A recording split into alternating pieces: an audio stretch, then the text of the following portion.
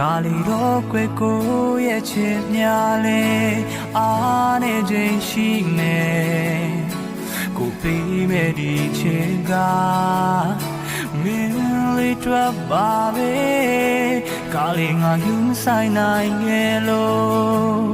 နေမေးပြီးမထင်လိုက်နဲ့ဆုံးဒီချစ်နေမှာ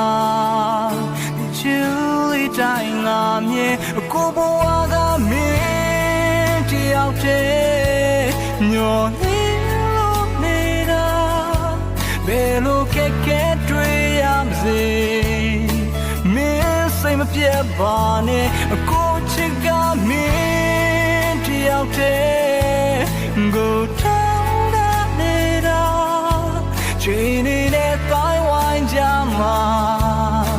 ငါတို့နှစ်ယောက်ချစ်ကမြေစာပင်လား